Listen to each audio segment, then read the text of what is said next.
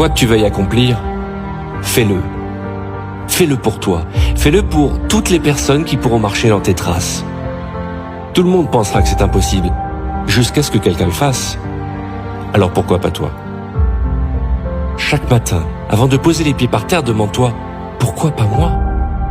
Ta vie n'est qu'une histoire, l'histoire que tu racontes. Et si tu n'aimes pas le chapitre que tu vis, alors tourne la page et écris-en un nouveau, avec une seule idée en tête. Vivre la vie qui te ressemble. Et dis-toi que si d'autres l'ont fait avant, c'est que tu peux le faire. Et la seule chose qui peut t'empêcher d'y arriver, c'est toi-même. Un proverbe africain dit que s'il n'y a pas d'ennemi à l'intérieur, alors l'ennemi à l'extérieur ne te peut aucun mal. Regarde-toi dans le miroir et dis-moi ce que tu vois. Dans le miroir, tu verras la seule personne qui peut changer ta vie. Toi. N'attends pas qu'on te tende la main. Crois en mon expérience. Les gens commenceront à t'aider seulement lorsque tu n'en auras plus besoin. Alors avance. Avance seul s'il le faut. Même si tu dois être la seule personne qui croit en toi, sois cette personne. Tu n'as besoin que d'une lumière pour éclairer l'obscurité. N'aie pas peur de ne pas savoir comment les choses tourneront et sois juste certain d'une chose. Quoi qu'il arrive, tu seras prêt. Alors qui es-tu? C'est à toi de le décider. Si tu ne le fais pas, quelqu'un le fera à ta place. Mais personnellement, je préfère garder la plume qui écrit l'histoire de ma vie entre mes mains. Tu deviendras qui tu es vraiment lorsque tu décideras qui tu es.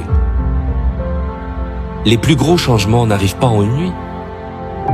Donne-toi du temps mais n'en perds pas. Fais tout ce que tu peux et rien de moins.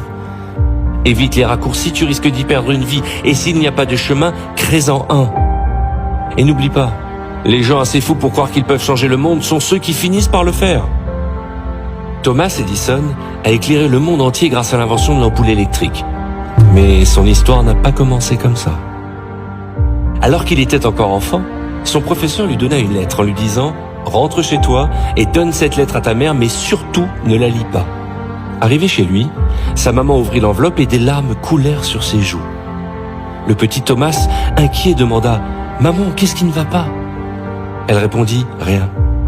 Je suis juste un peu ému parce que ton professeur a écrit que tu es tellement intelligent que tu vas devoir continuer à étudier seul à la maison. » De nombreuses années plus tard, alors que Thomas Edison est reconnu dans le monde entier comme un génie, il retourne dans le vieil appartement de sa mère décédée.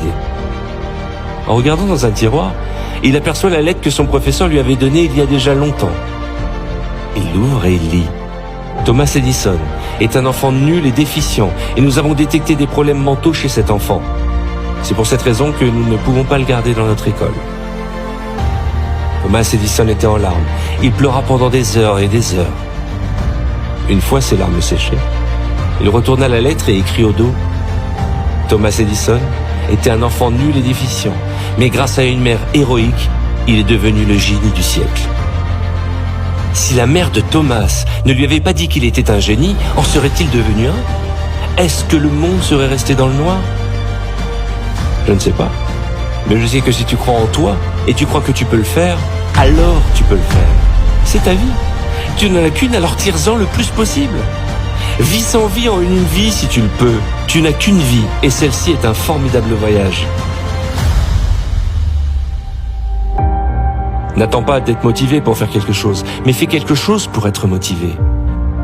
Si tu veux vraiment quelque chose, tu trouveras un moyen. Sauf si tu préfères une excuse. C'est toi qui vois. Mais chaque matin, face à ton miroir, n'oublie pas de te demander « Pourquoi pas moi ?»